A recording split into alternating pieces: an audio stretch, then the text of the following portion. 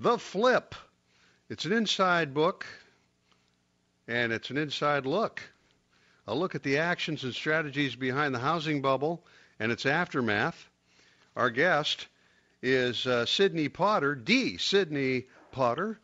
And The Flip is a true life story of how a successful new tract home investor went from zero to hero and back to zero. Mr. Potter, thanks for being here. And what does the D stand for? Don't ask. How's that? Don't ask. Sidney? Actually, Mr. Wisdom, thanks a lot for having me on the show. I appreciate it. Okay. Is that D, because I've never seen that before, D. Sidney Potter. It almost sounds like the Sidney Potter. Ladies and gentlemen, the Sidney Potter. Well, I'll tell you, between Harry Potter and Sidney Potter, my name's been pretty hot the last 10 years, so I'm okay with it. All right, so The Flip. You ate, slept, you breathed real estate flipping from 2002 to 2007? True. And then what happened?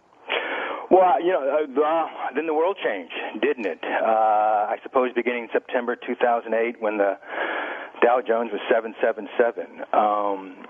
There was a illiquidity issue. So there you go. And I think that affected a lot of investors, from hedge funds to small investors such as myself. And if you weren't in the right place at the right time, you got squeezed pretty hard. Okay. Well, we know what house flipping is. You buy a house with the intent to sell it, ideally even before you close escrow, I suppose, right?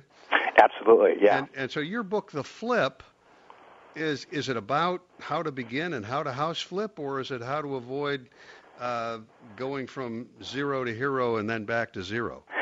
Absolutely. Absolutely. When I started the book, 2005, it started as a how-to book, and then I put it down because things were so busy in a positive way. Of course, when 2007 and definitely 2008 came, the schematics of flip methodology were still intact, but it was just a matter of whether or not you could get that margin. And getting in and out of there, doing your homework beforehand in a really sanitized way as opposed to the REO flippers. And it has a wide set of appeal. So that was the intent.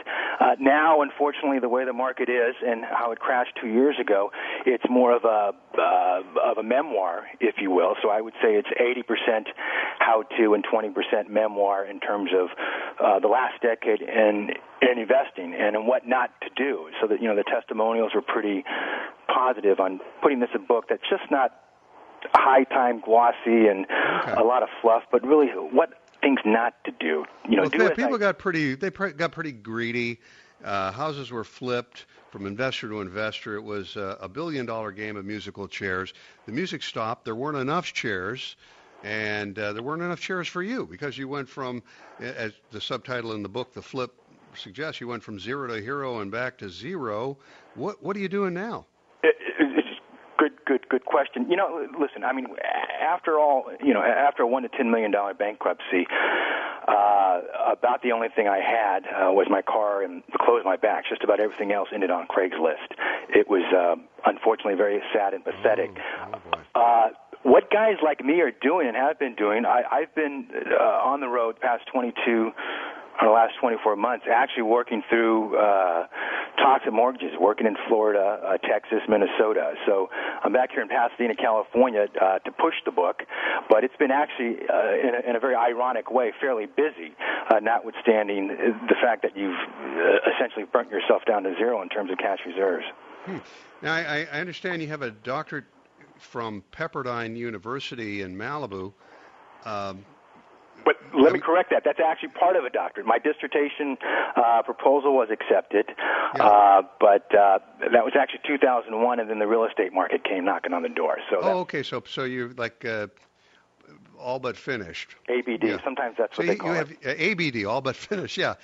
Or as I've heard it referred to, PhD, Papa had dough. Yeah, sometimes, and I've run across all but, and technically I'm not all but dissertation, but sometimes you run across ABDs that teach, and finally they get their doctorate when they have the time. Yeah, D. Sidney Potter is with us. The book is called The Flip, right here on the Gabriel Wisdom Show on the Business Talk Radio Network. Okay, at the very peak, when you were, really thriving, when house flipping was very, very lucrative before the bust, What kind of money were you taking in per year? Anywhere from $200,000 to $400,000, $250,000 to $400,000. And you were just an amateur investor, really, at that time, right? Well, a hobby.